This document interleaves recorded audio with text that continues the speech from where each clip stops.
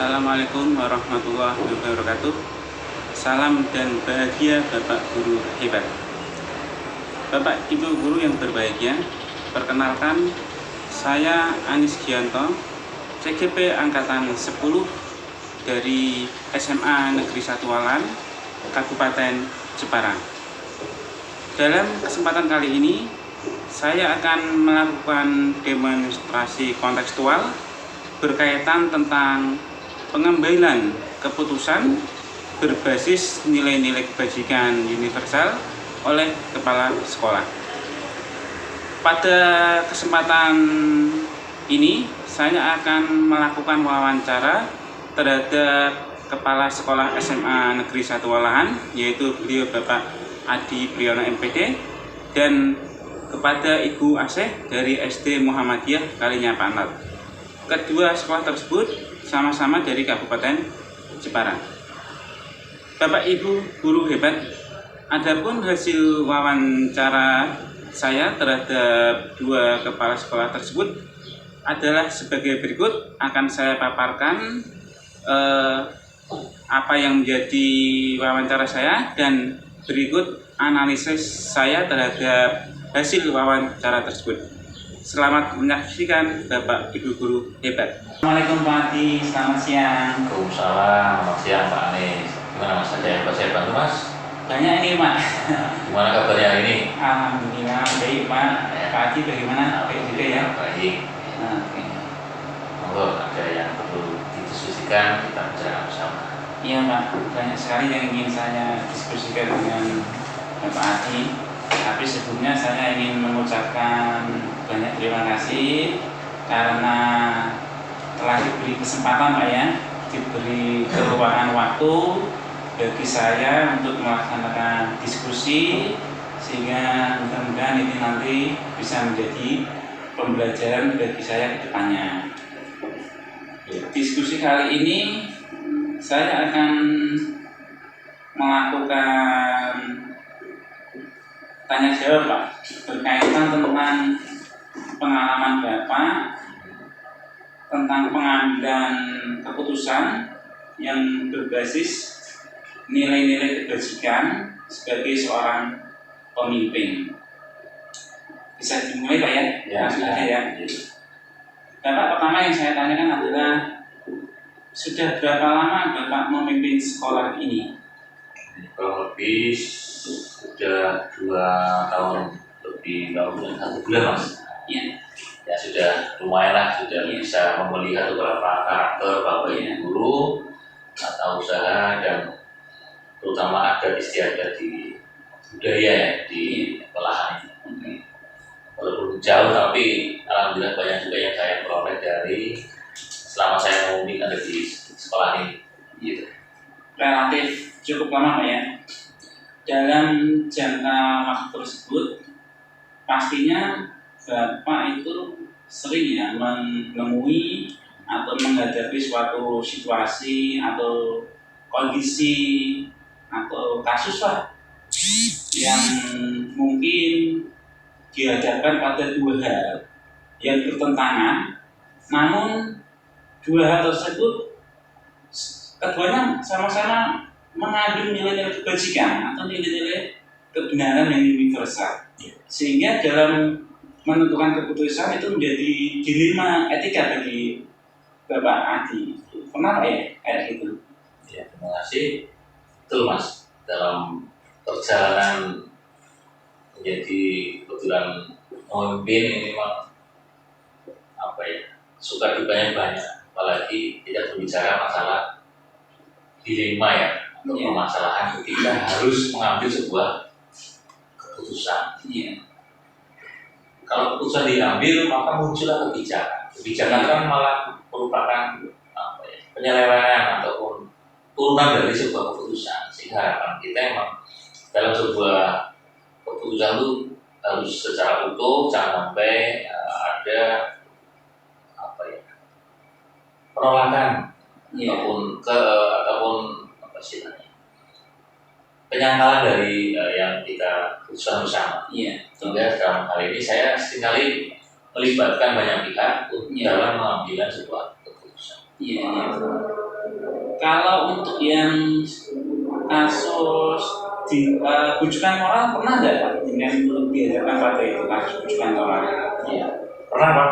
Misalnya kemarin ingat yang masih hangat kan PPDB ya? Iya, betul. PPDB ini luar biasa, semua pihak terlibat dari atas sampai level bawah. Semua orang menjadi kenal saya Pak. Yes. Semua orang jadi kenal saya. Baik pejabat di tingkat bawah sampai tingkat atas itu menjadi kenal. Kalau saya nggak kenal, jadi kenal. Tapi ya akhirnya tahu lah. Iya. Ya mereka mencoba membuat apa, yang membujuk saya, artinya secara kekeluargaan, adat, bahwa sebagai orang baru pendatang ya minimal bisa memahami budaya mereka dan mereka menginginkan agar siswa anaknya atau ponakannya ya banyak ponakannya mas itu bisa masuk kan banyak gitu nanti dapat A B C D E F itu banyak sekali betul. Tapi alhamdulillahnya memang kita punya pimpinan itu membuat aturan itu memang semakin lama semakin detail akhirnya peluang-peluang ke sana jadi ditutup. Jadi ketika awal-awal di sini masih ketika yang tidak diterima kemudian di apa istilahnya menjadi kebijakan sekolah dalam tanda kutip artinya ada aturan Pemda setempat ataupun Forkomincam ya itu boleh maka sekolah bisa mengambil keputusan dan melibatkan pihak-pihak pimpinan di sekitar sekolah. Tapi kalau sekarang kemarin sudah siapa yang keluar maka ada cadangan. Jadi saya terbantu juga oleh pemerintah. Awalnya betul namanya buah-buahan, namanya makanan, dan kita mencoba sesuai dengan aku. Detail sekali ya penjelasan Bapak tadi. Lalu bagaimana teknik atau trik Bapak untuk mengidentifikasi apakah suatu situasi itu atau kasus itu termasuk kategori dilema etika sehingga perlu pemikiran lebih panjang ataukah situasi atau kondisi tersebut termasuk bujukan moral sehingga kalau identifikasinya jelas mudah sehingga yang bujukan moral kan tinggal dibuang saja tidak perlu pemikiran panjang. Bagaimana Bapak mengidentifikasi itu? Dalam kehidupan persekolahan memang kita memang ada ranah hukum misalnya, tertib, kemudian kode etik, ataupun aturan agama yang menaungi dalam keseharian kita. Sehingga saya mengidentifikasinya juga melihat dari sisi tersebut. Tadi contoh yang PPDB tadi itu kelihatan sekali ini kita bisa menang dari sisi hukum karena secara hukum jelas. Karena saya berprinsip ketika hukumnya jelas, itu pena itu. Kamu nggak mau anak masyarakat itu kalau dengan hukum mereka sudah terhenti kan gitu. Tapi kalau kita buka peluang sedikit saja, waduh. Jadi saya menggunakan logika saja, hal-hal apa yang bisa dikategorikan kepada melanggar etika ataupun bujukan moral gitu ya. Misalnya saya bermain, ketika saya suka badminton ya betul. Banyak titipan yang tadi PDB titipannya orang itu kenakalan yang baru tadi. Sebenarnya ingin saya membantu juga kita sama-sama teman membantu. Tetapi nanti ketika kita membuat ada aturan yang sudah jelas, maka kita kepengen. Secara etika nggak enak sendiri tapi kan mau nggak mau ini sesuatu akhlak. Dan kadang-kadang memang timbul rasa nggak enak. Jadi saya berpikir suatu saat lah ini insiden satu kasus. Jadi saya berani ke sana. Berarti untuk bujukan moral landasannya sudah sangat jelas. Jadi berarti kalau yang tidak sesuai itu berarti langsung saja itu ditinggalkan, tidak usah diskusikan lebih panjang lagi ya. Yang perlu didiskusikan lebih panjang lagi yang mengandung dilema etika. Selanjutnya, bagaimana selama ini Bapak menjalankan proses pengambilan keputusan, terutama yang mengandung dilema etika itu tadi, dua bertentangan, namun sama-sama mengandung nilai kebajikan, sama-sama bermanfaat gitu ya. Sehingga mungkin pastinya kan keputusan yang Bapak ambil itu pasti sangat bijak dan diterima oleh semua kalangan gitu. Terima kasih. Sebagai contoh aja yang gampang Pak, yang di kita yang baru ini ya tentang kegiatan apel pagi atau literasi pagi. Iya. Itu keputusan yang saya ambil itu saya pikirnya panjang Pak, hampir 2 tahun lebih. Kalau panjang karena tadi ternyata apa ya, ada kita pertimbangkan, kemudian pedulian tidak pertimbangkan, kemudian aturan juga kita harus lihat. Nah, dari situ yang pertama saya mengidentifikasi apa ya, latar belakang kenapa keputusan itu harus saya ambil, latar belakang masalahnya. Ketika apel pagi itu latar belakang masalahnya ya banyak guru-guru yang datangnya masih telat. Jam aturan di sebagai guru jam 7 tepat sudah mengajar, berarti otomatis guru itu harus datang jam 7 kurang 5 menit lah minimal. Tapi lagi-lagi Bapak Ibu guru masih ada yang terlambat. Kemudian yang kedua, kita tadi izin masalah ya, kita temukan fakta-fakta. Oh, siapa yang terlambat? Kita temukan fakta-fakta yang sudah ada itu. Oh, yang utama sebenarnya A, B, C, D. Tidak semua guru. Tapi juga kadang-kadang A, B, C, D juga hilang. Wah, terus yang berikutnya kata-kata yang lain misalnya ada 2 bersama di ruang guru menjadi tidak ada. Wah, ini menjadi pertanyaan lagi. Jadi beberapa hal itu sudah kita wujudkan dalam bentuk nilai yang kinerja sebenarnya. Tapi yang mungkin perlu ada apa ya, tindakan lain, inovasi lain, sehingga saya kemudian melibatkan kolaborasi dengan beberapa pihak, misalnya tim pengembang, kemudian dengan senior dalam ini adalah kepala sekolah lain ya, kemudian dari dinas juga kita bisa cari informasi. Kemudian kita coba rumuskan tentang kesepakatan itu dalam sebuah rapat forum bersama. Kita saling sharing tentang evaluasi. Jadi kita mengadakan evaluasi maksudnya tahun ini. Setiap satu semester kita akan evaluasi. Di situ kan kelihatan siapa yang sedikit terlambat, siapa yang nilainya bagus, siapa yang guru berprestasi, siapa. Itu saya sampaikan. Semua guru yang berprestasi kita berikan. Pun sama ketika guru tidak berprestasi pun kita beri tindakan seperti itu, kan adil namanya. Bisa berpikir, oh kita coba dengan cara itu kita gabungkan. Bisa enggak kalau misalnya siswa kita siswa iri ketika guru terlambat kok tidak diapa-apakan. Nah, kemudian guru kok gitu ya, dari tiga dasar itu siswa iri melihat guru tidak mungkin padahal tidak diapa-apakan, tapi kepalanya tidak diapa-apakan. Dia guru yang kita lambat, terus tadi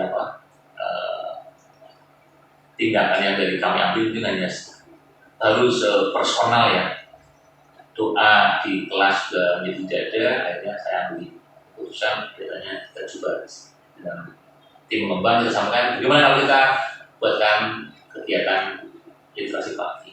Siapa pembinanya? Semua guru. Itu awal-awal ya yang pembina dulu. Nanti berikutnya semua guru bisa memberikan ramai mas. Wah ini ramai. Aksesnya ya sudah bagikan yang rumahnya jauh. Kebetulan di rapat itu ada yang rumahnya jauh. Ya siapa oke, yang rumahnya dekat juga ya. Jadi kita dan ketika sudah mulai berjalan awal mungkin pada berutuh dan itu normal ya. Jadi saya rasa kita harus ambil keputusan. Karena kalau tidak lagi itu nanti dari keputusan. Ya. Akhirnya 1 minggu sudah berjalan, tidak sampai kita teruskan. Dan masuk minggu ketiga untuk pelaksanaan literasi. Harapannya bisa langgeng dan hasilnya udah kelihatan. Guru-guru yang kebetulan mungkin sering terlambat ya itu sekarang sudah bisa berangkat pagi. Iya. 7 kurang 10. Saya sampaikan ini bukan memaksa wajib berangkat. Ya, karena pada dasarnya saya sampaikan juga. Satu, membantu ketika Bapak Ibu absen. Iya. Susah kan dibantu sih. Iya. Yang kedua memang ketika pagi memang harus ada sarapan rohani pagi. Iya, betul. Ya, Supaya tidak stres Pak ya. Nah, iya. Tinggal saya tinggi sekali ya. Gitu Mas. Sangat positif sekali. Nah, saya juga sangat berterima kasih karena langsung diberikan contoh kasus beserta langkah-langkahnya dari awal sampai penyelesaiannya diambil sebuah keputusan gitu Pak. Langsung diberikan contoh kasus langkah-langkahnya sehingga ini nanti mudah-mudahan bisa menjadi pembelajaran saya ke depan Pak ya. Ya. Mungkin adakah contoh kasus lain yang mungkin bisa mau diceritakan kepada saya yang paling menarik atau mungkin yang berhubungan tentang dengan siswa mungkin berarti kan berkaitan tentang gawe atau mungkin siswa ada mungkin lah yang bisa diceritakan yang menarik apa ya? Mungkin tentang kompetensi guru ya. Ya. Jadi ANBK itu merupakan rapor. Awalnya guru senang karena rapornya bagus. Tahun kedua guru kaget karena rapornya jelek. Guru nggak terima itu. Padahal itu cerminan dari pekerjaan guru oleh siswa. Ini jadi masalah juga. Sehingga ketika seperti itu mau nggak mau saya harus pemerintah menyuruh guru itu belajar bersama dalam bentuk mempelajari yang namanya PNL. Iya. Itu bagi guru-guru itu barang yang mungkin mahal sekali. Ya, mungkin nanti bisa sebagai pionir lah. Jadi guru itu baca PM itu ya sangat susah. Iya. Tapi pemerintah tuh mengharuskan itu. Iya, betul. Sehingga mau nggak mau saya berpikir kalau guru langsung diberikan itu maka ada penolakan. Sehingga mau nggak mau saya juga harus memberikan contoh. Awal-awal ya saya harus memang ya saya pribadi tetap saya dengan tim pengembang saya tidak lepas dari itu. Tim pengembang dari tim manajemen saya kumpulkan gimana caranya. Harus ada contoh Pak. Siap. Ketika awal-awal ya saya memberi contoh. Dan saya tetap memperhatikan ada orang yang mesti ada yang guru pintar, guru yang mungkin masih belajar, guru yang sama sekali nggak pernah menyentuh itu juga ada. Ya, saya sampaikan ke tim manajemen gimana prosesnya Pak. Nanti tadi harus ada langkah-langkahnya. Langkah-langkahnya apa? Ya langkah yang bisa membantu guru. Buat yang namanya tim komite pembelajaran. Nah itu betul. Jadi kita pergi rata dan kita sering briefing untuk bisa membantu mengungkapkan apa sih masalah yang ada di guru. Nah itu ini menarik. Guru yang tadinya nggak mau sama sekali, saya sampaikan yang penting ATM diamati, tiru, modifikasi. Jadi guru yang tadinya stres dan angka 6 sekarang tinggal 3,5 gitu. Sudah turun ya. Karena saya juga tidak mau membawa beban guru secara terus menerus, tapi ya kalau udah mau tugasnya ya yang harus dikerjakan. Betul. Itu sih Mas. Jadi saya menarik sih itu. Iya. Betul. Jadi dari dua contoh yang Bapak ceritakan kepada saya tadi, saya menangkap itu kemauan Pak ya. Jadi ada mungkin kemauan sama yang kurang berminat atau kurang begitu mau untuk melakukan itu. Tentunya hal-hal efektif apa saja yang Bapak lakukan yang paling efektif sehingga mereka yang tidak mau itu menjadi mau untuk melaksanakan itu gitu. Yang paling efektif apa Pak? Tadi saya sampaikan ya, ini menjadi perintah dari atas dan jelas bagi kami selaku yang di bawah ketika menyuruh kepada anak buah istilahnya SD itu saya berprinsip agar tidak memenuhi kewajiban tetapi anak buah tidak terbebani sehingga kita latih. Nah kita menggunakan pembelajaran andragogi atau pembelajaran orang dewasa. Jadi kalau guru diberikan materi-materi saja itu jelas susah, maka harus digunakan yang namanya pembelajaran andragogi atau pembelajaran orang dewasa, yaitu dengan meniru. Nah, jadi efektifnya tadi kita beri contoh, nanti guru tinggal mengganti, misalnya aksi nyata apa tugas, misalnya tentang gizi positif. Nah, nanti guru yang bareng-bareng, bareng dengan pembeli itu, kemudian ketua pembeli itu harus sudah membuat, nanti dimodif sama. Jadi guru di andragogi di sini adalah guru itu memodifikasi yang sudah ada. Kalau guru memproduksi itu sudah bukan zamannya lagi, dulu sudah wah banyak kebutuhannya. Walaupun ada juga guru yang kreatif. Kita berbicara guru yang tadi ya, yang susah kan ya. Nah ya, kita gurunya itu efektif kan. Kalau saya nyuruh guru kerjakan, wah orang-orang negara malah wah gitu ya. Jadi kita sebagai mungkin sebagai yang dituakan sini ya, kita harus punya kreativitas untuk mengambil keputusan itu. Dengan melibatkan orang banyak sesuai aturan dan efektif. Bagus sekali, berarti saya tangkap poinnya itu apa ya? Yang pertama adalah satu tadi yang dianggap adalah satu tuntutan dari pimpinan mungkin dari Kemendikbud. Yang kedua adalah andragogi, pembelajaran sesama kolaborasi sesama. Untuk yang apel pagi itu sangat luar biasa sepertinya di sekolah ya. Mungkin sekolah lain itu tidak ada yang melakukan itu. Mungkin jadi tuntutan ini mungkin adalah muncul dari panjenengan sendiri sebagai kepala sekolah. Betul kan ya? Mungkin ini nanti bagus sekali. Mungkin ini bisa menjadi inspirasi untuk pemimpin lain, terutama di sekitar sekolah yang panjenengan dengan sehingga apel pagi di sekolah bukan menjadi sesuatu yang tabu atau aneh ya, itu seperti instansi lain yang dilakukan. Gitu. Untuk melakukan itu semua Pak, selanjutnya ada tantangannya Pak?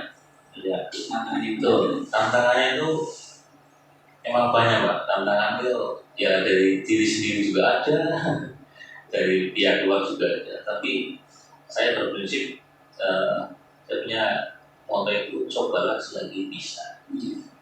Moto saya itu saya terapkan di mana-mana. Ketika saya itu mencoba sampai selagi bisa itu artinya saya tuh hidup Pak. Jadi saya berpikir kalau itu sudah benar ya laksanakan. Tantangannya nanti memang perlu penyegaran sehingga ketika ada tantangan ya kita coba bisa menyelesaikan atau membahas, mencari solusi bareng-bareng. Oh ini. Bayangkan kalau apelnya itu hanya sekolah-sekolah, jenuh Pak, jenuh Mama. Ini saya berpikir kalau sekolah saja jenuh ya. Sehingga saya libatkan semua guru. Kalau sudah semua guru, maka ada rasa memiliki program itu. Kalau hanya kepala sekolah kan itu program kepala sekolah. Kalau ini saya katakan program sekolah, sehingga semua guru akan memberikan itu. Apa literasinya? Di tantangannya memang ini Mas. Kalau bahasa Islamnya itu istiqomah ya. Istiqomahnya itu loh. Ya memang diakui ada juga, masih ada beberapa guru yang saya perhatikan sering terlambat. Tapi setidaknya minimal jam 7:45 dia dari sekolah lah gitu. Daripada tadi hanya jam 7 lebih kan. Kalau update sekarang udah mengasihkan semuanya di bawah jam 7. Iya betul. Kemudian ilmu juga yang diberikan juga variatif ya. Iya betul. Nanti tantangannya itu lebih ke budaya atau kebiasaan ya Pak. Iya. Jadi kalau misalkan belum biasa atau apa itu kebiasaan lama, kebiasaan baru kan belum nyaman. Tapi kalau misalkan ini bisa diperdayakan, nanti juga menjadi sebuah kebiasaan yang biasa saja kan gitu. Jadi mungkin dengan saya lihat nanti bisa menjadi promotor pencipta kebiasaan positif yang baru. Dengan ilmu kan selalu tuntutannya selalu baru kan gitu. Saya untuk teman-teman ya, di sekolahan. Iya betul.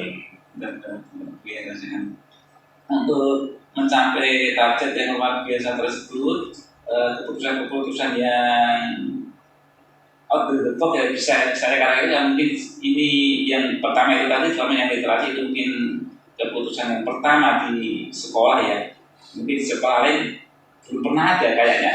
Berdasarkan itu juga berdasarkan diskusi saya dengan teman-teman, tidak ada sekolah yang lain yang belum ada ya, hanya baru di sini kan gitu. Ini menjadi luar biasa. Nah, untuk mencapai ke sana, misalkan untuk keputusan tersebut, apakah Bapak itu mempunyai penjadwalan khusus atau tertentu, jadwal tertentu untuk menyelesaikan suatu kasus, ataukah panjenengan langsung menyelesaikan seketika itu juga di tempat ketika ada kasus? Yang pertama dengan jadwal, apakah suatu kasus itu diselesaikan berdasarkan jadwal, misalkan tadi tentang PNM, panjenengan memutuskan ini, itu kan langsung diputuskan, ataukah ada jadwalnya, mungkin hari ini, minggu ini, itu saya berpikir apa, atau diskusi dulu kan gitu, atau kan langsung di tempat. Ya, saya itu untuk kasus-kasus yang lain juga bagaimana?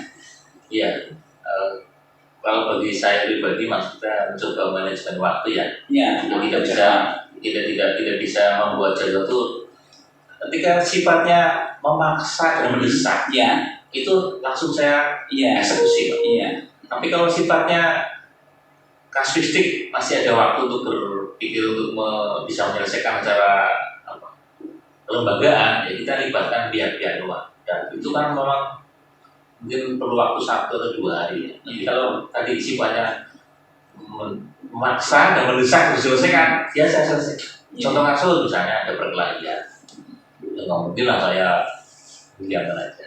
Ataupun yang lebih sederhana, saya kebetulan kalau pagi atau siang saya putar kelas. Nah, ketika kelas yang kosong itu harus saya selesaikan saat itu juga. Wah, guru siapa ini? Mesti saya telepon. Siapapun itu saya telepon. Itu harus saya selesaikan saat itu. Tapi kalau misalnya kasus kenapa SNPTN kita rendah, nah ini memang perlu kajian jadwalan.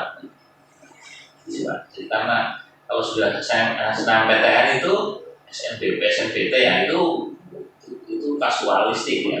Akibat ada dari guru ataupun dari siswa atau dari orang tua ataupun dari perguruan tinggi dan sebagainya, itu kasualitas.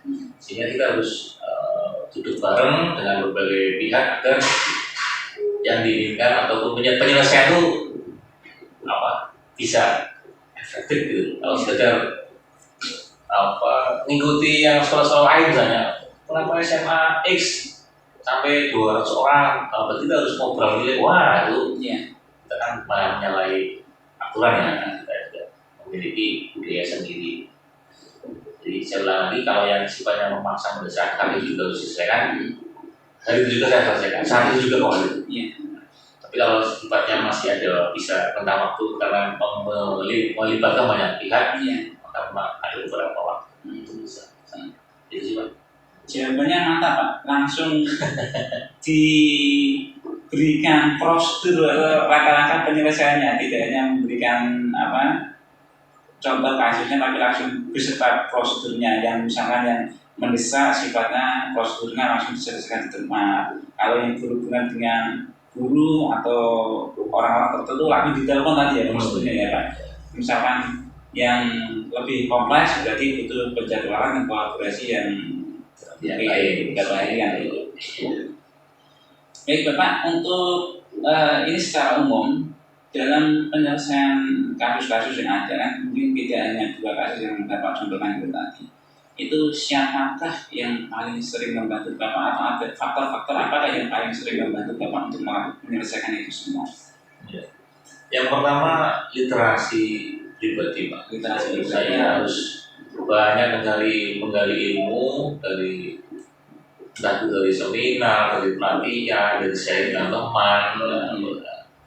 Yang kedua memang saya harus menghubungi pihak-pihak yang berkaitan, terutama para senior, para orang pintar lah ya, yang bisa tidak diskusi ya. Yang ketiga memang saya harus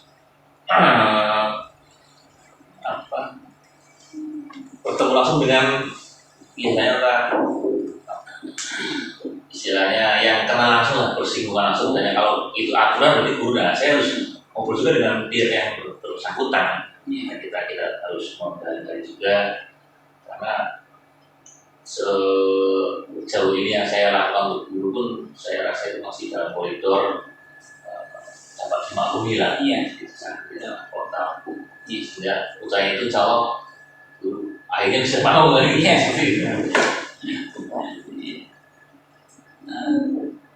Ceritanya sangat inspiratif sekali apa yang Bapak ceritakan tadi. Selanjutnya secara umum saja Pak ya, dari mungkin selama ini pengalaman Bapak selama 2,5 tahun tadi, ketika Bapak meneruskan atau menjalankan keputusan tersebut, paradigma dan prinsip apakah yang sering Bapak gunakan, yang sering Bapak pakai selama ini? Kalau paradigmanya memang yang lebih saya gunakan yang sering Pak ya, berbasis aturan Pak ya, yang sering ya, aturan daripada yang hanya berbasis peduli itu susah. Kita dengan aturan itu kita harus membuat tim-tim kecil yang nanti bisa membantu dalam menguatkan atau mensosialisasikan aturan yang dibuat. Ada tim manajemen, ada tim pengembang, ada tim SCP2K, ada tim office, tim BK, banyak tim mas yang saya buat. Itu tim-tim itu luar biasa bagi saya. Jadi tim itu ibaratnya itu motor sekolah. Kalau motornya itu pada nggak jalan ya, yang baru misalnya tim medsos. Kita awalnya medsos ya, hanya beberapa orang yang terlibat dan ada orangnya baru. Kita evaluasi, ketemu, ternyata harus guru itu harus diberikan amanah yang sama, sehingga kita bagi rata beberapa guru dan alhamdulillah sekarang sudah kelihatan hasilnya. Berarti hampir semua paradigma itu gunakan banyak itu paradigma kebenaran, paradigma keadilan, dan prinsip yang Bapak gunakan berarti adalah prinsip berbasis aturan tadi. Bapak, sekiranya untuk kesempatan kali ini pertanyaan saya cukup sebagai penutup ya, ini untuk pembelajaran saya. Dari semua yang telah Bapak ceritakan tadi, sehingga nanti ingin menjadi motivasi saya, pembelajaran apa yang bisa Bapak petik dari pengalaman Bapak selama ini, sehingga itu bisa menjadi sangusannya ketika saya sudah keluar dari ruangan ini gitu Pak. Pembelajarannya. Baik, nanti jangan sebagai guru penggerak ya, memang kita mulai dari diri sendiri. Diri sendiri Pak ya? Ya, dari diri sendiri. Segalanya itu kan bersumber dari kita. Saya pakai kos kaki salah aja jadi omongan. Saku salah jadi omongan. Jadi satu, kita harus mulai dari diri. Merubah dia dari kita. Kalaupun kita nggak mau berubah ya itu sebab dari saya ya. Kemudian kedua, kita harus banyak berinteraksi. Kita itu banyak sih. Sekarang itu banyak platform, TikTok, Instagram, tidak harus itu seminar ketiga. Kuatkan literasi. Yang ketiga, buat tim manajemen yang kuat. Buat tim manajemen yang kuat, yang keempat libatkan orang-orang tua, para sesepuh, para kiai dalam pengambilan sebuah keputusan. Yang terakhir, cermati aturan. Selagi kita tidak melawan aturan, insya Allah semuanya bisa nyaman. Itu sih Pak dari saya. Tetap semangat, menjadi guru yang hebat dan mudah dari sekarang. Terima kasih Pak ya. Sederhana sekali Pak ya, tapi dampaknya sangat luar biasa. Mudah-mudahan ini bisa menjadi renungan saya setelah keluar dari ruangan ini, jadi diri sendiri, literasi setiap saat itu literasi ada bacaan, jadi tidak hanya bacaan tertulis tapi kita itu literasi setiap saat setiap waktu, karena itu juga perintah dari pangeran ya, menuntut ilmu atau literasi selagi nyawa masih dikandung badan. Sangat sederhana namun berdampak sangat positif. Baik Bapak, sangat inspiratif apa yang menjadi obrolan kita kali ini. Panjenengan telah memberikan banyak wawasan, energi positif pada saya, dan juga membuat semangat baru bagi saya. Mudah-mudahan juga ini bisa berlanjut, bisa saya aplikasikan dalam langkah saya meskipun kecil, namun mudah-mudahan membawa dampak atau arti terutama bagi diri saya sendiri, umumnya pada lingkungan yang saya tempati. Sekali lagi saya mengucapkan banyak terima kasih atas pengetahuan wawasan yang telah di-share pada saya hari ini.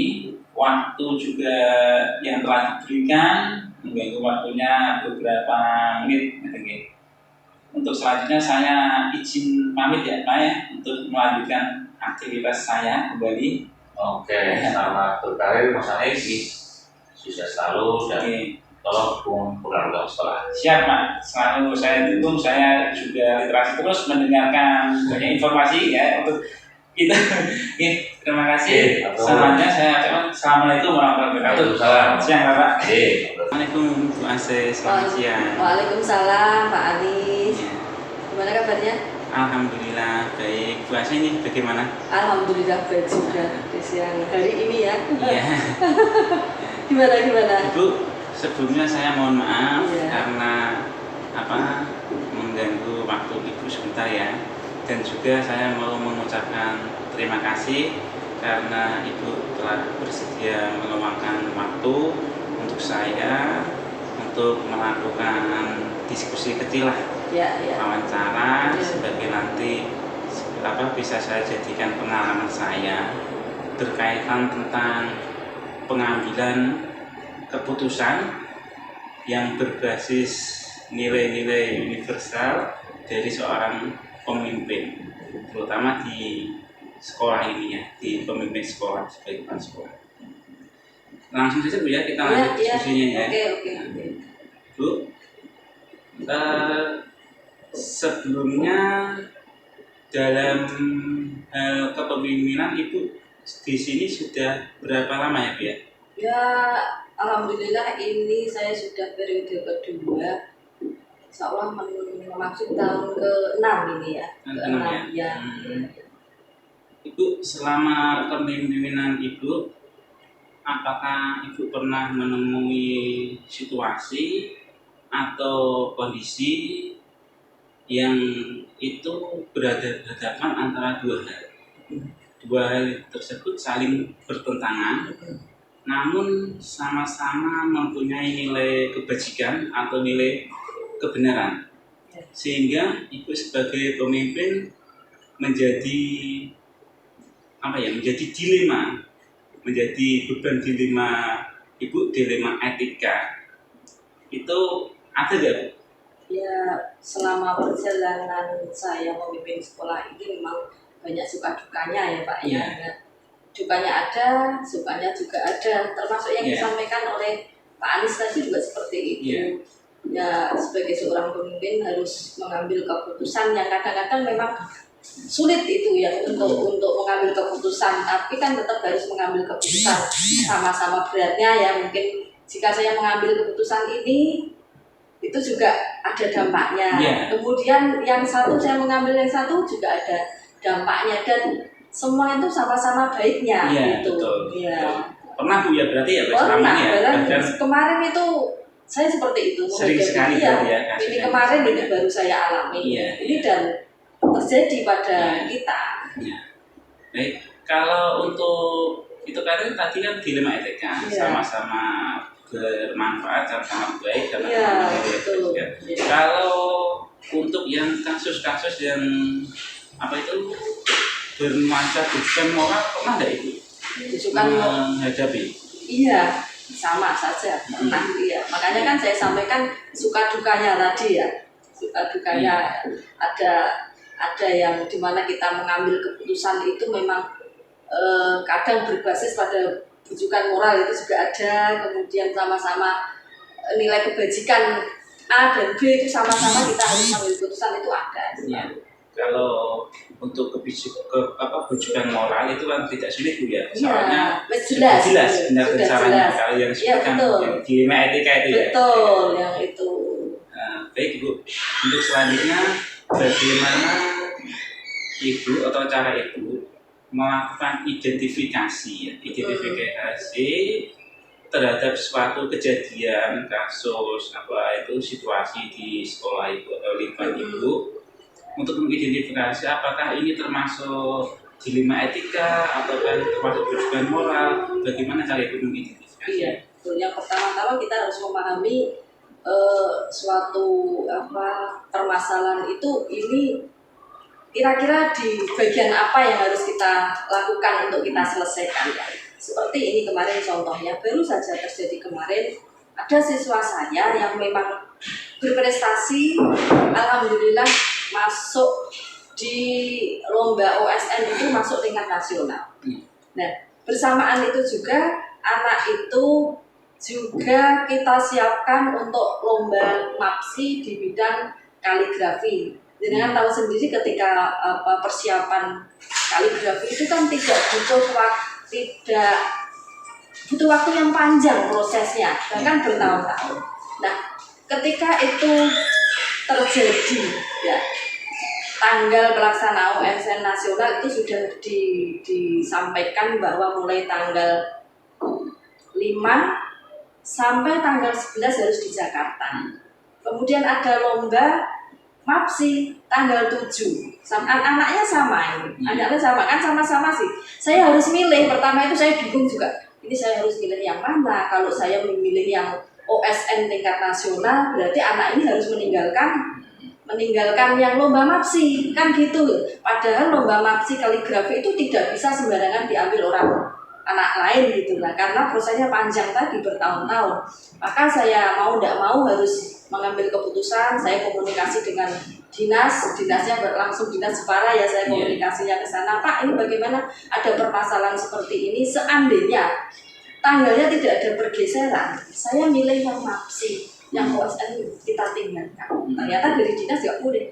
Loh jangan begitu, ini bukan anak sekolah lagi, tapi ini sudah mewakili kabupaten, juga umumnya juga provinsi Jawa Tengah kan seperti itu. Akhirnya ketemulah solusi bahwa dari Dikpora mengambil keputusan komunikasi dengan Satkor, anak ini diperbolehkan untuk lomba terlebih dahulu sebelum berangkat ke Jakarta. Nah, alhamdulillah kita bisa mengikuti dua-duanya.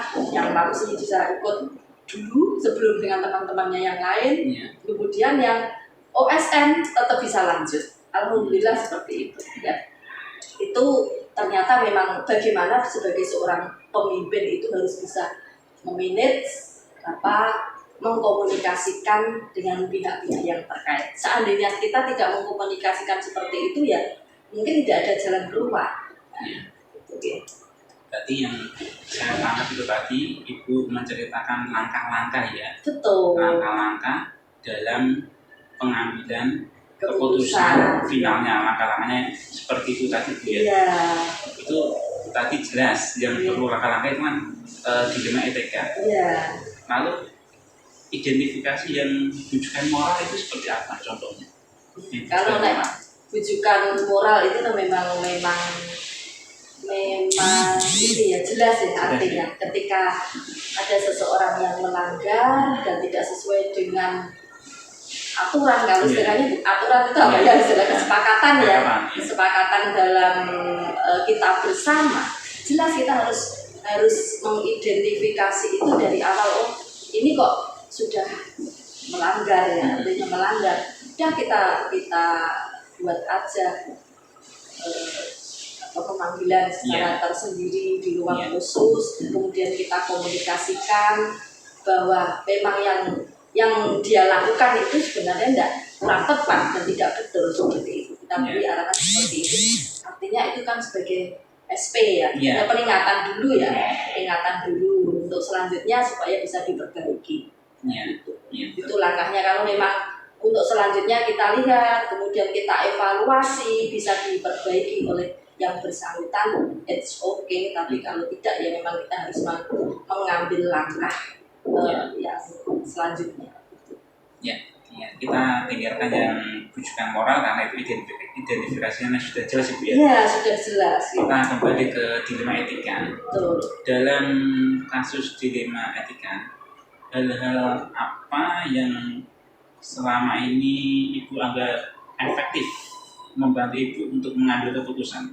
Hal apa saja? Komunikasi lah. Komunikasi. Iya, komunikasi dengan hal-hal yang terkait, terutama dengan yang bersangkutan lah. Misalnya, kalau itu kaitannya dengan dinas ya kita komunikasinya dengan dinas. Ketika dengan rekan-rekan sejawat, bapak ibu guru yang ada di sini, saya komunikasi dengan teman yang sekiranya dekat dulu. Kemudian proses selanjutnya adalah pengambilan keputusan itu sendiri. Setelah dilakukan alur yang benar tadi dengan musyawarah dan sebagainya, itu akhirnya ketemu solusinya. Berarti nanti supaya keputusan yang diambil itu memang betul-betul bijaksana Bu ya, karena sudah dikomunikasikan secara efektif bersama yang lain nanti. Iya, pihak yang terkait lah, yang kalau saya sendiri sih memang itu tugasnya seorang pemimpin itu kan memang yang harus ngedilke. Ya atau tidak itu memang pemimpin, tapi prosesnya kan harus melalui musyawarah itu tadi. Artinya komunikasi sana, cari informasi, dari informasi sana sini, sehingga nanti kevalitan pengambilan keputusan itu kan tidak jauh kencang. Resikonya juga tidak terlalu besar. Seperti itu. Dalam proses tersebut adakah tantangannya? Oh ya, mesti ada. Gitu ya? Iya, mesti ada. Setiap sesuatu yang itu memang berkaitan dengan keputusan itu pasti ada rintangan, ada tantangannya. Istilah yang pertama memang ketika ada sesuatu itu memang untuk komunikasi itu butuh waktu yang tepat gitu ya. Ya, ketika kita menyampaikan sesuatu waktunya tidak tepat, timingnya tidak tepat, itu ya nanti akan bisa menjadi lebih buruk ya. Tetapi ketika kita lakukan dengan timing yang pas, waktunya yang pas, insya Allah semuanya bisa lebih istilahnya berkesan hati lah, baik itu yang rujukan moral ataupun yang dilema etika itu kan sama-sama ada risikonya ya Mas ya. Ibu, untuk contoh kasus yang Ibu tadi sampaikan kepada saya sebagai Ibu telah bercerita tadi ya, itu paradigma berpikir Ibu dalam penyelesaian kasus tersebut itu memakai paradigma yang mana? Untuk paradigma yang benar melawan kebenaran, ya memang kita harus memikirkan paradigma yang seperti itu ya, jadi benar melawan benar, kemudian benar melawan apa Mas yang lainnya? Apa itu? Kejujuran, sama kesetiaan, keadilan, sama kesaksian, semacam itu ya. Ini kita harus sesuaikan konteks masalahnya. Tidak bisa kita uyah-uyah, artinya semuanya kita pakai yang rasa paradigma yang ini kan tidak bisa seperti itu. Kita harus milih-milih kira-kira kasusnya seperti apa. Saya harus mengambil prinsip yang mana. Itu kan harus sesuai dengan permasalahannya ya. Itu ya. Menurut saya kan seperti itu kontennya ya. Kalau untuk yang kasus tadi yang Ibu ceritakan, itu masuk yang mana? Benar melawan benar kan? Benar ya. Iya, betul kan. Untuk prinsip dilemanya apa itu? Dilema etika yang tadi yang dicontohkan kasusnya. Apakah kepedulian care atau berbasis peraturan atau berbasis hasil akhir itu? Itu menurut saya kepedulian juga. Kepedulian ya. Basis akhir juga iya, karena kita kan lihat endingnya kan. Iya, dari basis akhir ya prinsipnya ya. Betul. Hasilnya nanti seperti apa kan kita pertimbangkan.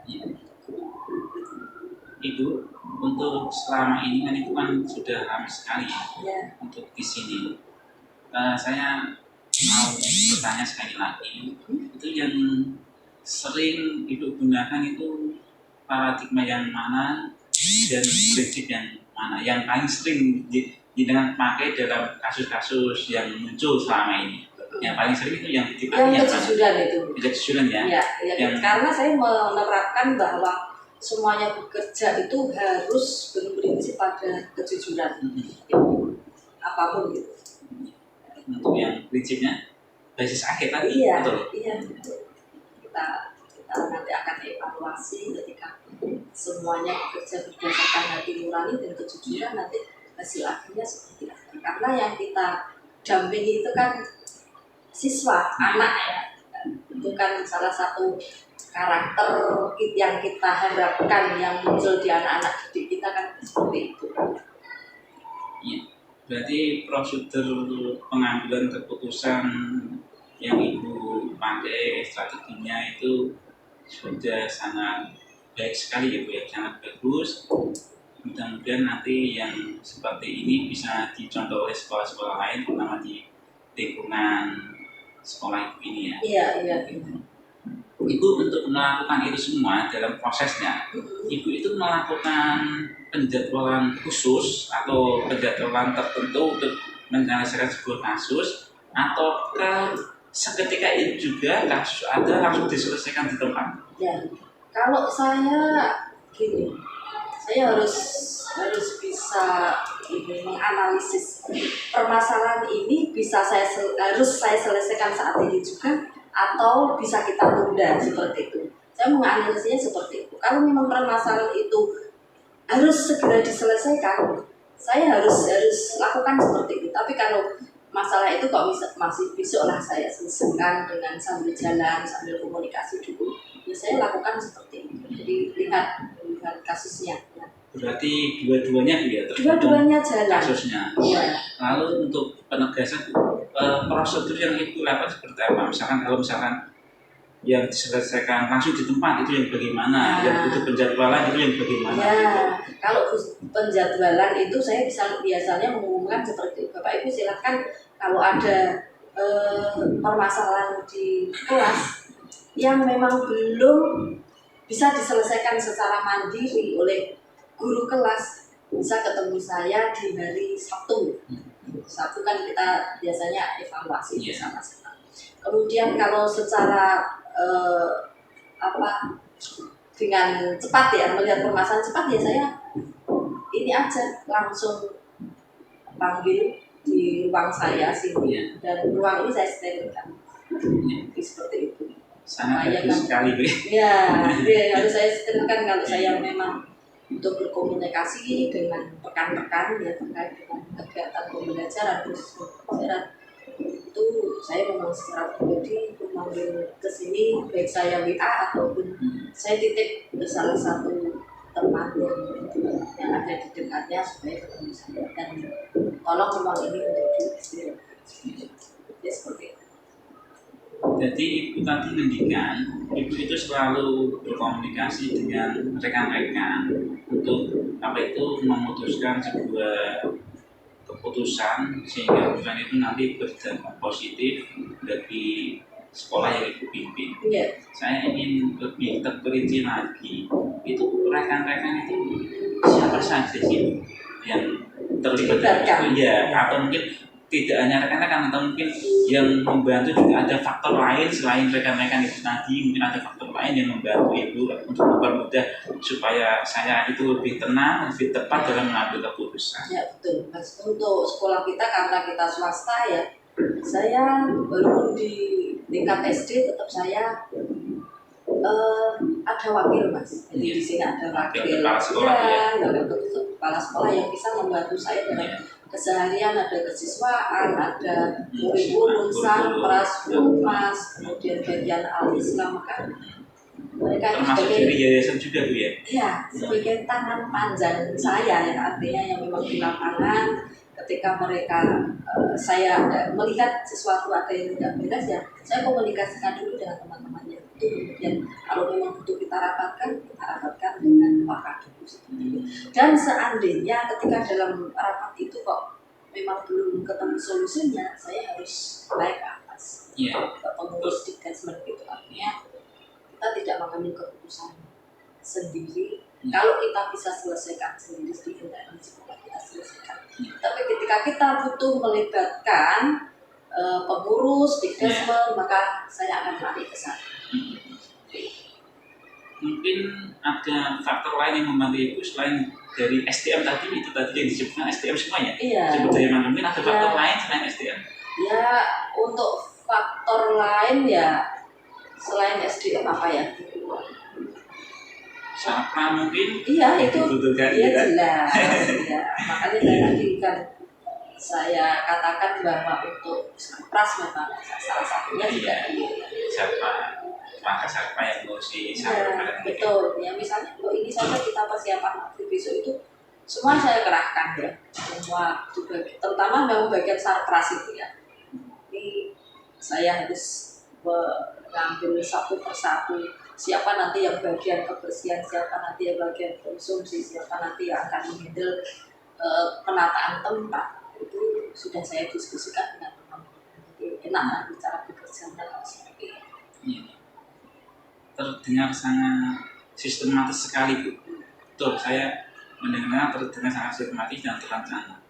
Saya sudah pernah mewawancara melakukan hal serupa, namun yang Ibu sampaikan kepada saya itu tadi benar-benar sangat sistematis sekali dan terencana dan terjadwal, sangat apik, baik sekali.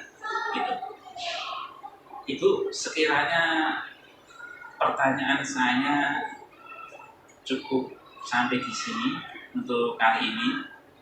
Sebagai penutup, saya ingin bertanya dari semua hal-hal baik yang Ibu sampaikan itu tadi, pembelajaran apa yang dapat Ibu petik sehingga menjadi wawasan saya sebagai CGP untuk meneladani apa yang telah Ibu sampaikan berdasarkan pengalaman-pengalaman Ibu selama ini di sekolah yang dipimpin. Ya, oke, memang sudah dipersiapkan ya kalau CGP itu nanti akan menjadi pemimpin belajar masa depan ya.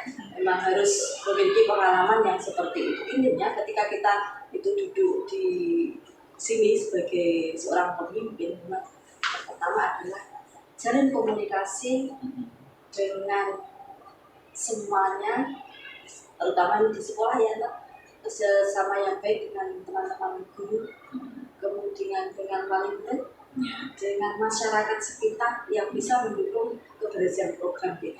Intinya itu yang pertama yang harus kita pegang adalah komunikasi. Janganlah jadi seorang pemimpin yang otoriter, yang diktator ya, itu yang seperti itu. Tapi bilangkan bahwa ketika kita sudah berbicara di sini, itu artinya semuanya Bu itu sebagai kami bekerja. Jangan saatnya kita memang harus mimpin rapat ya, kita menempatkan diri sebagai seorang pemimpin. Tapi ketika sudah mulai bekerja, ayo kita bekerja sama. Mereka itu sebagai sahabat, sebagai teman yang bisa membantu kerja kita. Luar biasa itu. Jadi saya itu pengen ngobrol lagi sama Ibu. Iya. Yang sebentar ini itu saya mendapatkan ilmu yang luar biasa. Saya ucapkan terima kasih luar biasa atas wawasan yang disampaikan dalam waktu yang sebentar ini. Saya jadi pengen suatu saat nanti bisa ngobrol lagi. Iya, kita lanjut lagi ya. Iya, ini sudah perjalanan sudah mau akhir di modul 3 ya. Sudah modul 3, mudah-mudahan lancar sampai nanti di kegiatan yang terakhir. Panen raya ya. Ya, seperti itu. Semoga lancar dan sukses untuk CGP angkatan 10 ya. Oke, semangat.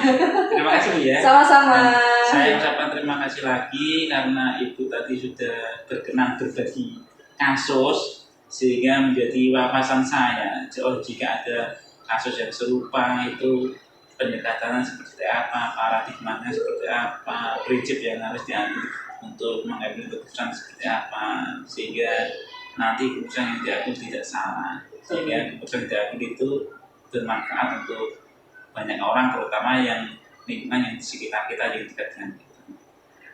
Oke, sekali lagi saya ucapkan terima kasih atas waktu yang telah diberikan kesempatan diluangkan kepada saya, memberikan wawasan yang luar biasa kepada saya.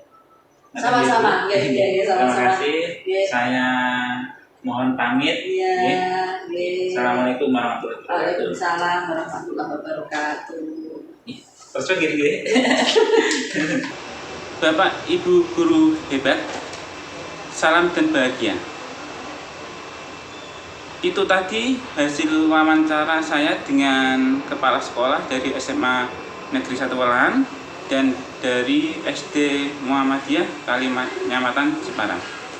Adapun hasil wawancara dapat saya sampaikan sebagai berikut berdasarkan 4 paradigma dilema etika yang telah saya pelajari beserta 3 prinsip dilema etika dan 9 langkah penyelesaian dan pengujian pengambilan keputusan. Dari wawancara saya yang pertama dengan Bapak Adi Priyono, nilai-nilai yang bertentangan, yang keduanya hal-hal tersebut sama-sama mengandung nilai kebajikan, itu Bapak Adi banyak sekali menghadapi kasus semacam itu yang serupa selama beliau memimpin kepemimpinan di sekolah tersebut. Adapun 2 contoh kasus yang diceritakan Bapak Adi kepada saya adalah 1 tentang kepegawaian, yang dimana ada sebuah keputusan yang diambil, yaitu tentang literasi pagi yang sebelumnya itu tidak pernah dilaksanakan, bahkan oleh sekolah-sekolah lain di Kabupaten Jepara, dan juga sekolah di luar Kabupaten Jepara juga tidak ada yang melaksanakan literasi pagi dalam bentuk apel pagi seperti sejenis instansi di kepolisian atau militer. Adapun yang terlibat dalam keputusan tersebut tentunya adalah Bapak Adi selaku kepala sekolah, kemudian seluruh dewan guru, staf karyawan tata usaha. Kumpulan fakta yang relevan dengan situasi tersebut. Bapak Adi bercerita kepada saya bahwa literasi pagi tersebut adalah berdasarkan fakta-fakta yang ada di lapangan yang dialami selama ini. Adanya fakta bahwa banyak karyawan atau guru yang beliau di bawah naungan kepemimpinan beliau itu sering telat dalam masuk sekolah melebihi jam 7. Ini adalah hal yang sangat menarik sekali yang dilakukan Pak Adi di sekolah tersebut. Ini hal yang paling menarik sekali. Sekali lagi saya katakan itu adalah hal yang paling sangat menarik sekali. Karena apa? Untuk melakukan perbaikan, Bapak Adi tidak melakukan teguran secara langsung, ya. Namun beliau memikirkan cara atau keputusan yang lain yang sekiranya dapat merubah perilaku yang telat itu tadi, terutama dari Bapak Ibu gurunya. Dalam mengambil keputusan itu tersebut, literasi pagi, Bapak Adi sudah berkonsultasi dengan kepala sekolah lain, ada juga dengan komite, dengan pengawas, dan bahkan dengan dinas pendidikan. Hasilnya ada literasi pagi itu jalan dengan luar biasa, sehingga guru-guru itu bisa masuk pukul 6.45, sehingga kecenderungan telat itu tidak ada. Untuk kasus yang kedua masih berkaitan tentang SDM di sini tadi ada literasi tentang ketertiban masuk sekolah yang selanjutnya adalah hasil dari ANBK. ANBK yang subjek penilaiannya adalah siswa itu terjadi penurunan. Maka akhirnya kembalinya juga ke guru. Jadi hasil dari ANBK adalah refleksi dari apa yang telah guru lakukan kepada siswa. Untuk itulah diambil keputusan yang kedua, contoh kasus yang kedua, yaitu melakukan pendampingan PMM secara lebih intens yang tidak seperti biasanya. Hingga dalam keputusan itu pun terjadi banyak dilema juga.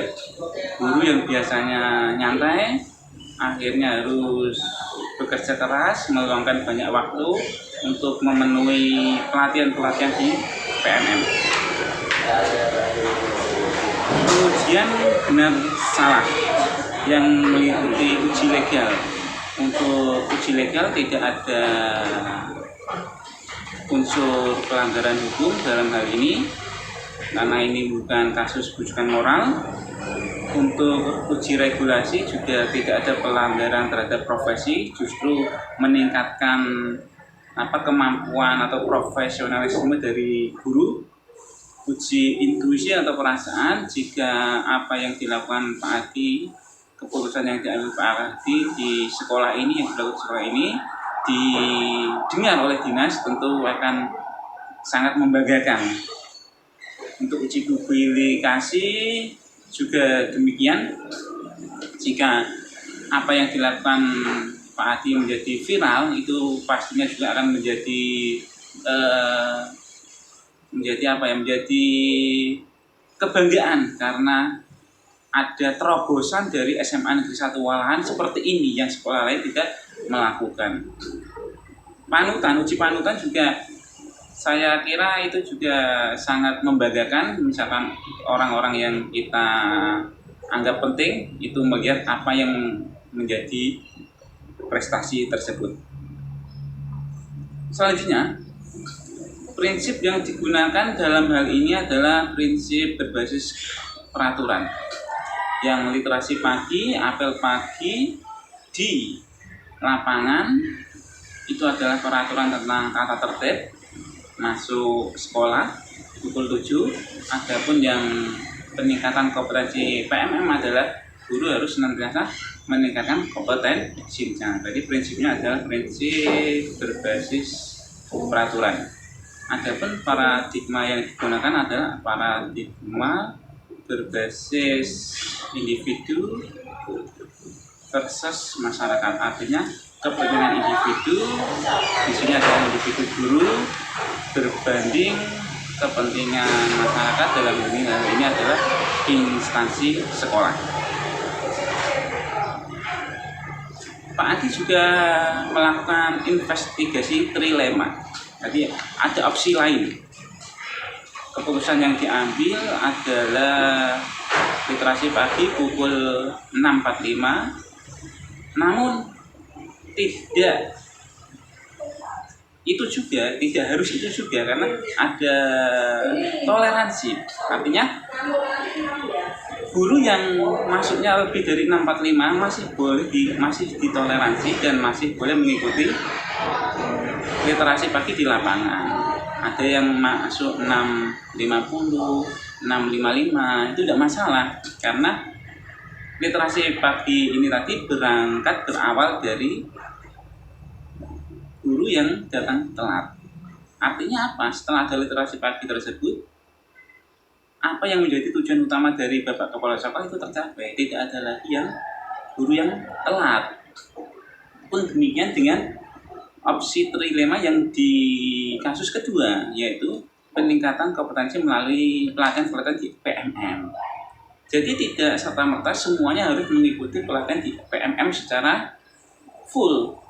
Bagi guru yang masih belum terbiasa, itu masih diberikan toleransi, belajar bersama, kepala sekolah juga memberikan contoh yang pada akhirnya akan meningkatkan kompetensi semua guru. Refleksikan lagi keputusan yang sudah diambil.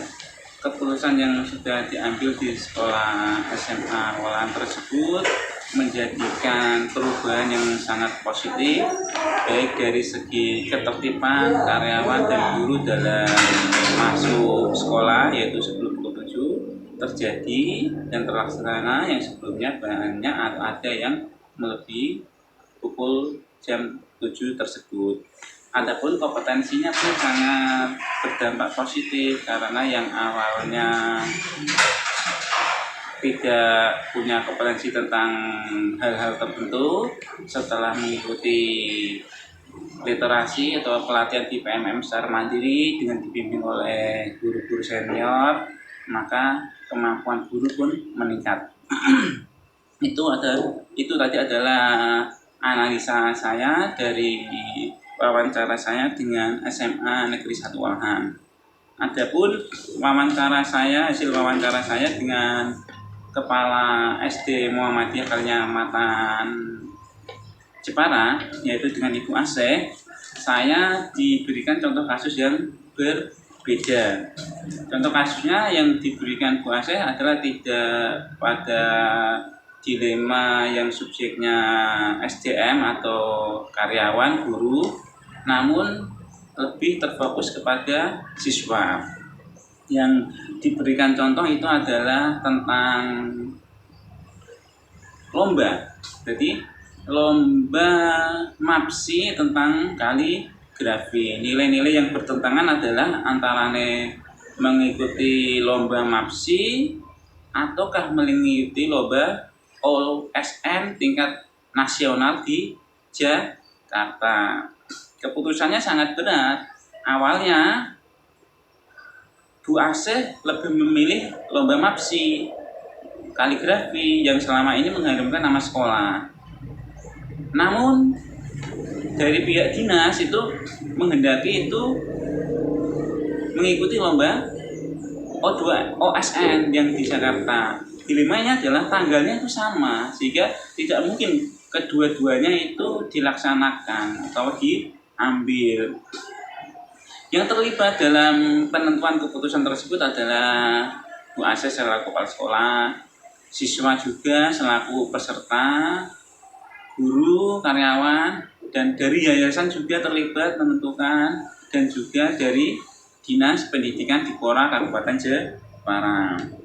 Fakta-fakta yang ada di lapangan adalah bahwa SD Muhammadiyah Kalinyamatan yang dipimpin oleh Bu Asih itu berturut-turut selalu memenangkan lomba MAPSI kaligrafi, sehingga sangat tidak rela jika lomba kali ini tahun ini itu ditinggalkan hanya untuk mengikuti lomba OSN tingkat nasional yang belum tentu nanti mendapat juara.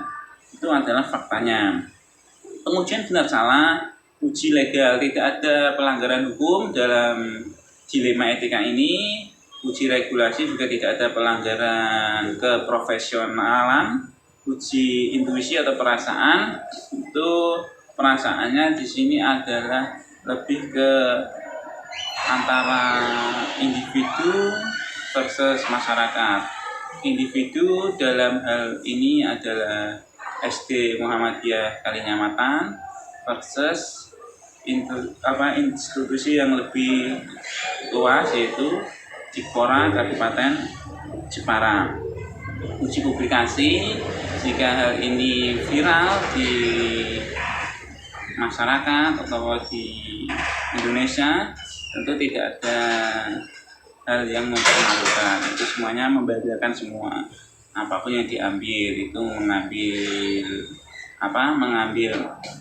lomba MAPSI kaligrafi ataupun lomba OSN nasional. Uji panutan, jika ini dilihat oleh orang yang kita anggap penting, yang kita hormati, itu pun tidak menjadi hal yang memalukan, namun semuanya adalah membanggakan apapun keputusan yang diambil. Adapun pengujian paradigma dilema yang digunakan dalam 4 paradigma tersebut, Bu Asih memilih, ketika saya nanyakan, Bu Asih memilih paradigma benar lawan benar, padahal yang saya maksud adalah pertentangannya. Nah, saya nilai di sini adalah paradigma individu lawan masyarakat, individu lawan kepentingan yang umum, dan jangka pendek versus jangka panjang. Karena itu untuk keputusan jangka panjang pada siswa juga. Ibu AC selaku kepala sekolah juga akhirnya menggunakan opsi trilema dalam mengambil keputusan, yaitu Bu AC berdiskusi dengan pihak-pihak terkait, ada guru, ada yayasan, dan tentunya ada dari Dikpora. Dari diskusi tersebut, kolaborasi akhirnya apa? Diambil keputusan bahwa Dikpora memberikan fasilitas untuk lomba MAPSI tentang kaligrafi, tanggal pelaksanaannya itu digeser, sehingga tidak berbenturan dengan tanggal pelaksanaan pada lomba OSN tingkat nasional yang ada di Jakarta.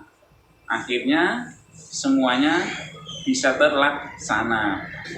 Ibu Aseh yang selalu menginginkan juara lomba MAPSI kaligrafi berturut-turut masih bisa mengikuti lomba tersebut, dan juga masih bisa mengikuti lomba OSN nasional di Jakarta yang merupakan permintaan dari Dinas Dikpora Kabupaten Jepara karena membawa nama baik Kabupaten Jepara, membawa harum nama baik Kabupaten Jepara, utamanya adalah Dinas Pendidikan Pemuda Olahraga Kabupaten Jepara.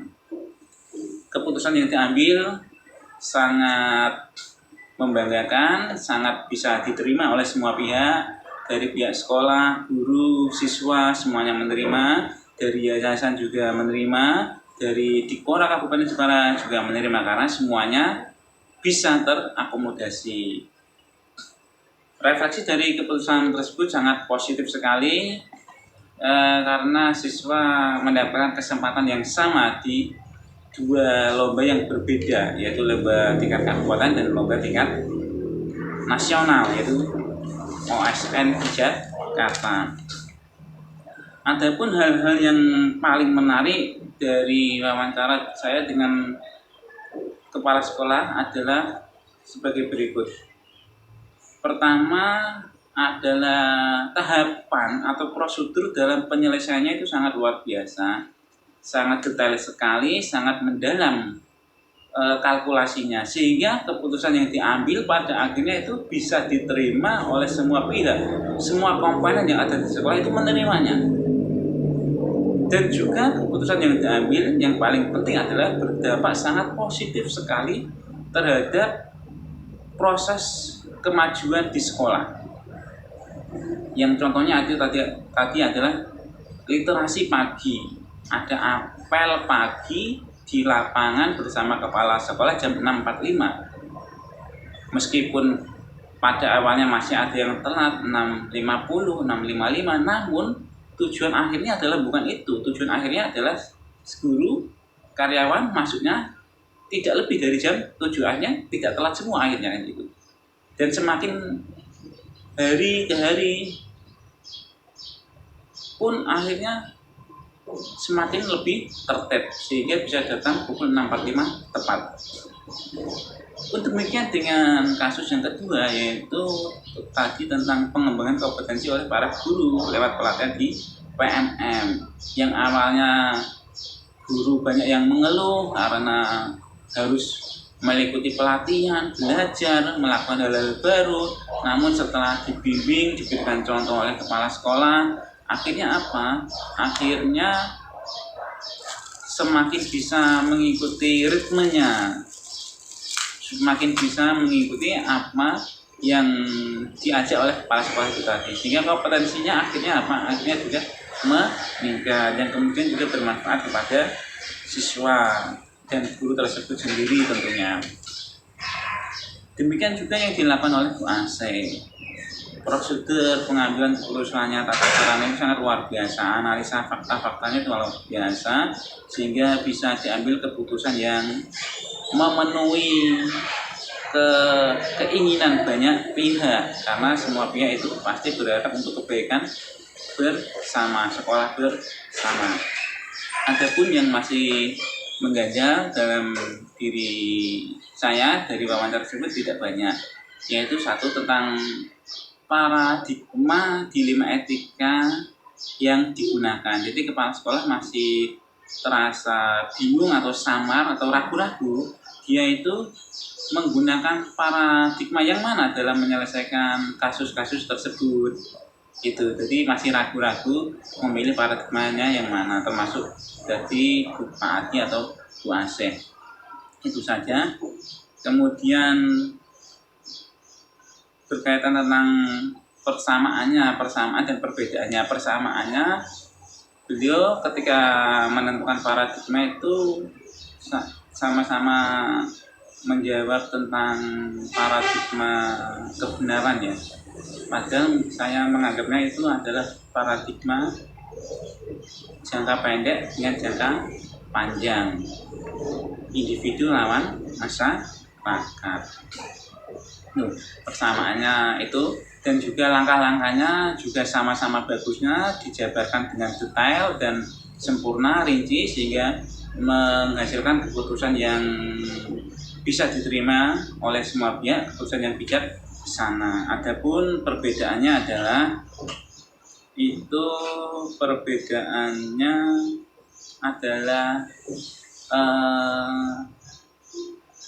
kasus yang diceritakan kepada saya.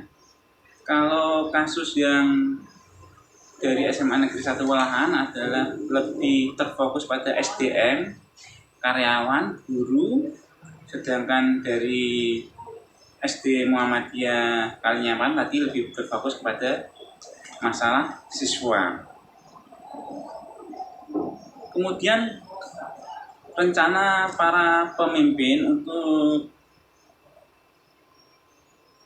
melakukan perbaikan ke depan kepada hal-hal yang efektif adalah semakin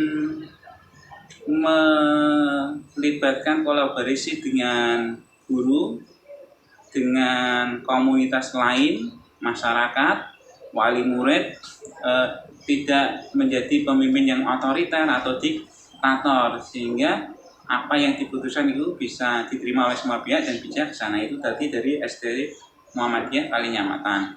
Adapun dari SMA 1 Walahan, rencana yang akan dilakukan oleh kepala sekolah adalah memulai semua perubahan positif itu mulai dari diri sendiri, melakukan literasi yang lebih mendalam, lebih dalam lagi, membentuk tim manajemen yang kompeten, kuat, dan mencermati aturan-aturan yang berlaku sehingga tidak berbenturan dengan aturan. Karena prinsip fokusnya tadi dari SMA Negeri 1 Walahan adalah mengambil prinsip yang berbasis aturan. Adapun dari SD Kalinyamatan Muhammadiyah tadi adalah prinsipnya adalah prinsip kepedulian ya, kepedulian.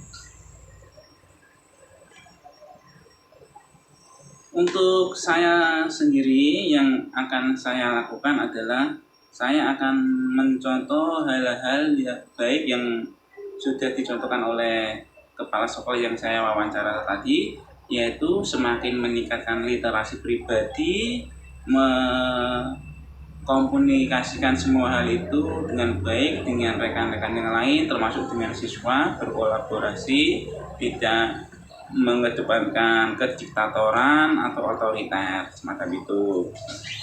Untuk tadi saya menambahkan untuk hal-hal yang mengganjal dari hasil wawancara saya adalah tadi tentang bujukan moral ya. Tentang bujukan moral itu dari SMA Negeri 1 Walahan memberikan contoh yang jelas, yaitu tentang PPDB. Ada orang tua yang anaknya tidak bisa diterima di SMA tersebut, namun berusaha untuk mendekati kepala sekolah, menawarkan hal-hal, namun karena Bapak Kepala Sekolah sudah tahu aturannya adalah tidak boleh, tidak bisa, maka itu pun tidak dilakukan. Itu diceritakan dengan jelas kepada saya. Adapun untuk dari SD Muhammadiyah Kalinyamatan itu untuk kasus bujukan moralnya mungkin saya tidak mendapatkan ceritanya, mungkin karena masih ragu-ragu untuk cerita kepada saya sehingga tidak diceritakan. Bapak Ibu guru semuanya, Bapak guru hebat. Demikian hasil analisa saya terhadap wawancara saya kepada kepala sekolah di SMA Negeri 1 Walahan dan SD Muhammadiyah Kalinyamatan. Sekiranya ada yang salah, ada yang kurang, saya mohon untuk dimaafkan. Demikian perjumpaan saya kali ini pada kesempatan ini. Mudah-mudahan apa yang saya lakukan mendapatkan manfaat dan berdampak luas, khususnya pada diri saya, pada umumnya pada lingkungan sekitar saya. Demikian Bapak Guru hebat, salam dan bahagia. Assalamualaikum warahmatullahi wabarakatuh.